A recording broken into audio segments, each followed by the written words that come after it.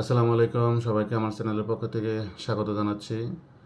আজ আমি অনার্স দ্বিতীয় বর্ষের ব্যবসা গণিত সাবজেক্টের সেট তত্ত্ব নিয়ে আবারও আলোচনা আসব। তো আজ আমি এই সেট তত্ত্বের পরবর্তী অঙ্কগুলোর জন্য যে সূত্রগুলোর প্রয়োজন হবে সেই সকল সূত্রগুলো আমি আজ তোমাদের সামনে উপস্থাপন করব। তো এরপরে আর অন্য কোনো নতুন সূত্রের প্রয়োজন হবে না। একটু খেয়াল করো যে প্রশ্নের মধ্যে যদি দুইটি বিষয়ের মধ্যে কেবলমাত্র বা শুধুমাত্র একটি বিষয় কথা উল্লেখ থাকে, যে দুইটি বিষয়ের মধ্যে একটি বিষয় না হয়, সেক্ষেত্রে হবে কি number of A intersection B prime plus number of A prime intersection B হবে। তোমরা একটা জিনিস খেয়াল রাখবা, প্রশ্নের মধ্যে যদি কেবলমাত্র বা শুধুমাত্র বলা থাকে তাহলে যে কয়টা বিষয়ের কথা বলা থাকবে বাকি যা থাকবে তার উপর প্রাইম হবে। এখানে কয়টা বিষয় বলছে? দুইটা বিষয়। তো দুইটা বিষয়ের মধ্যে কিন্তু একটা, তাহলে একটা বাদ দিলে আর একটা থাকে, তো সেই একটার মধ্যে বাকিটার মধ্যে প্রাইম হবে। ধরো এইটা হলো শুধু এ, তাহলে বি এর মধ্যে প্রাইম হবে। দুইটা বিষয়ের মধ্যে শুধু এ নিয়েছে, তাহলে বি এর উপর প্রাইম হবে। আর এটা হলো শুধু বি নিয়েছে, তাহলে কার মধ্যে প্রাইম হবে? এর মধ্যে। তার মানে দুইটি বিষয়ের মধ্যে যদি কেবলমাত্র একটি বিষয় নেওয়ার কথা বলা থাকে তাহলে শুধু এ, সেটা হবে number of A intersection B prime.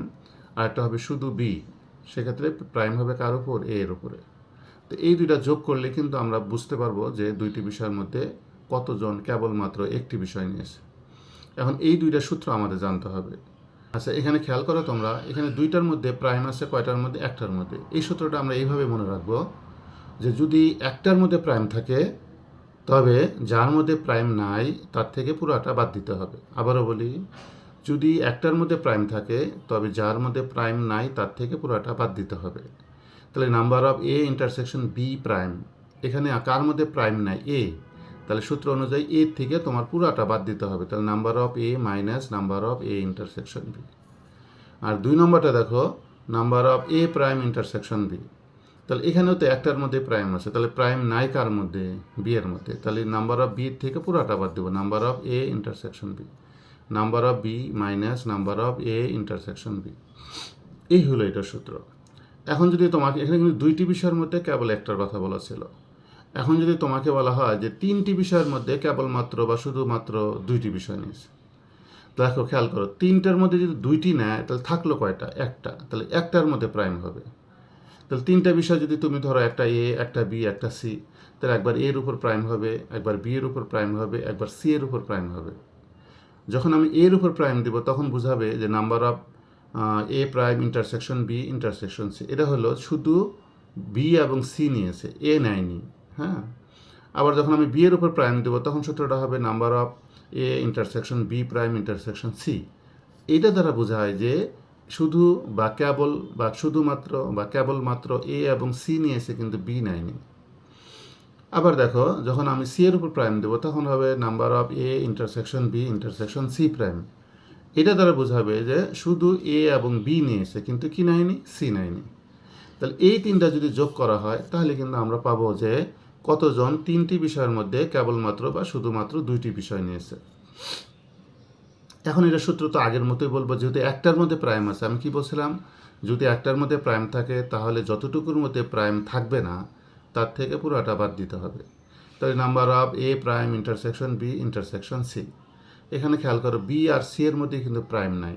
তাহলে সূত্রটা হবে number of B intersection C থেকে বাদ দিতে হবে number of A intersection B intersection C, মানে পুরাটা বাদ দিতে হবে, তখন আর প্রাইম চিহ্ন দিব না। হ্যাঁ, আবার এটা দেখো, number of A intersection B prime intersection C.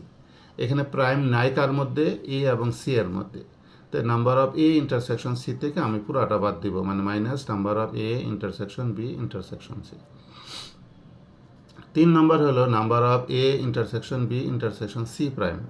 এখানে দেখো প্রাইম নাই কার মধ্যে? A B. তো number of A intersection B থেকে বাদ দিব পুরাটা, মানে minus number of A intersection B intersection C.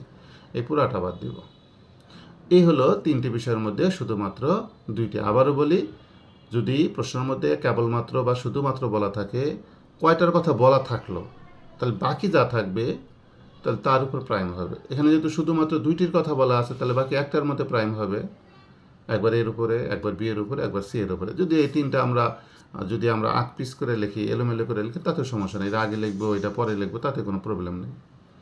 এবার আসো তিনটি বিষয়ের মধ্যে কেবলমাত্র বা শুধুমাত্র একটি বিষয়, ভালো করে খেয়াল করো, তিনটির মধ্যে একটি থাকলো কয়টা বাকি, আরও দুইটা কিন্তু বাকি থাকলো। তাহলে এবার কিন্তু দুইটার মধ্যে প্রাইম হবে, একবার এ এবং বি এর মধ্যে প্রাইম হবে, একবার এ এবং সি এর মধ্যে প্রাইম হবে, আবার বি এবং সি এর মধ্যে প্রাইম হবে। তাহলে খেয়াল করো, সূত্রটা হয় number of A prime intersection B prime intersection C. এটা দ্বারা বোঝায় যে শুধুমাত্র সি নিয়েছে। আবার number of A prime intersection B intersection C prime, এটা দ্বারা বোঝায় শুধুমাত্র বি। শুধুমাত্র বি বলতে কি, বি নিয়েছে কিন্তু এ এবং সি নেয়নি, দুইটা কিন্তু একই কথাই। আরেকটা হলো number of A intersection B prime intersection C prime, এটা দ্বারা বোঝায় শুধু এ নিয়েছে। শুধু এ নিয়েছে মানে হলো এ নিয়েছে কিন্তু বি এবং সি নেয়নি। তো এই তিনটা সূত্রগুলো আমরা কিভাবে লিখতে পারি বা মনে রাখতে পারি, খেয়াল করো। Number of A intersection B prime intersection C prime. আচ্ছা, এখানে কয়টার মধ্যে প্রাইম আছে? দুইটার মধ্যে। কার কার মধ্যে? একটা বি এবং একটা সি। তাহলে প্রাইম নাই কার মধ্যে? এ। ভালো করে খেয়াল করো, যার মধ্যে প্রাইম নাই সেটা আগে লিখব। এটা কখন? যখন দুইটার মধ্যে প্রাইম থাকে তখনকার কথা বলতেছি। তাহলে প্রাইম নাই কার মধ্যে? এর মধ্যে, তাহলে আগে নাম্বার অফ এ লিখি। আচ্ছা, এই যে ই লিখছি, এর সাথে বাকি দুইটার ইন্টারসেকশন বাদ দিব। এর সাথে একবার বি মানে minus number of A intersection B, এর সাথে আবার একটা C minus number of A intersection C, plus হবে পরে তিনটা আমরা যোগ করবো, plus number of A intersection B intersection C.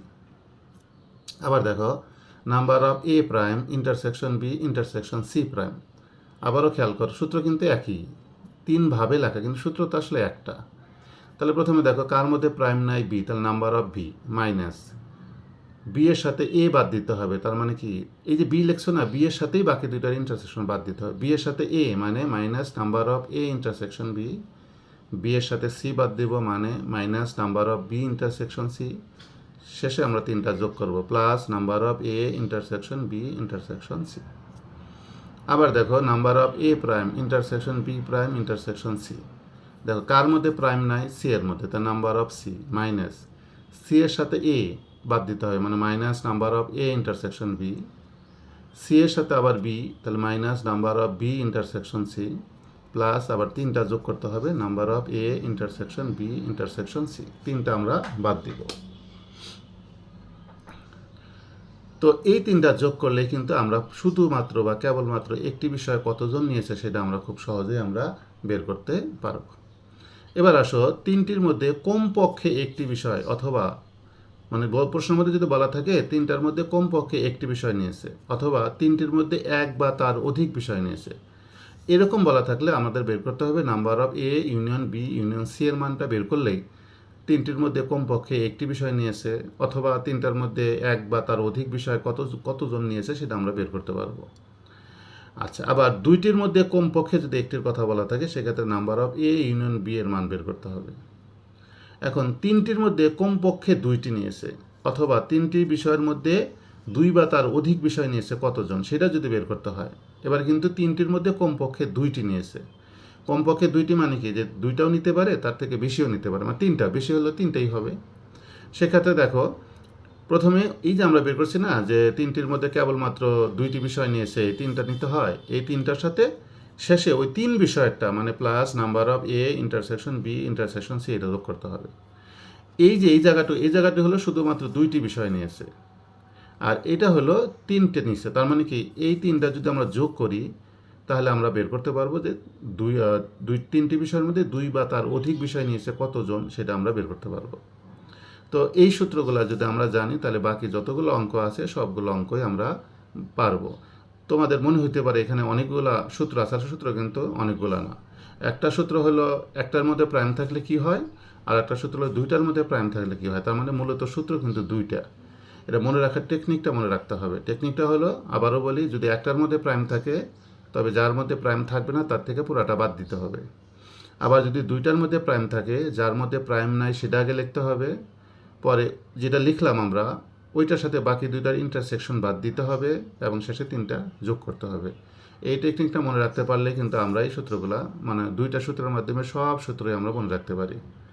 এখন আমি যে সূত্রগুলো লিখলাম এই সূত্রের আলোকে একটা অঙ্ক আলোচনা করে দিয়ে, সেটা হলো 42 নম্বর অঙ্ক।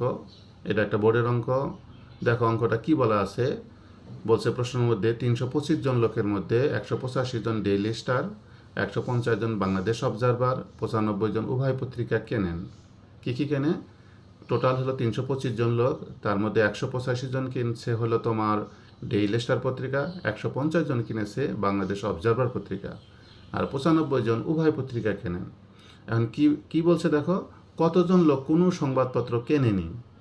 খ নম্বরে বলছে কতজন লোক ডেইলি স্টার কিনেছে কিন্তু অবজারভার কেনেনি। গতে বলছে কতজন লোক কমপক্ষে একটি সংবাদপত্র কিনেছে।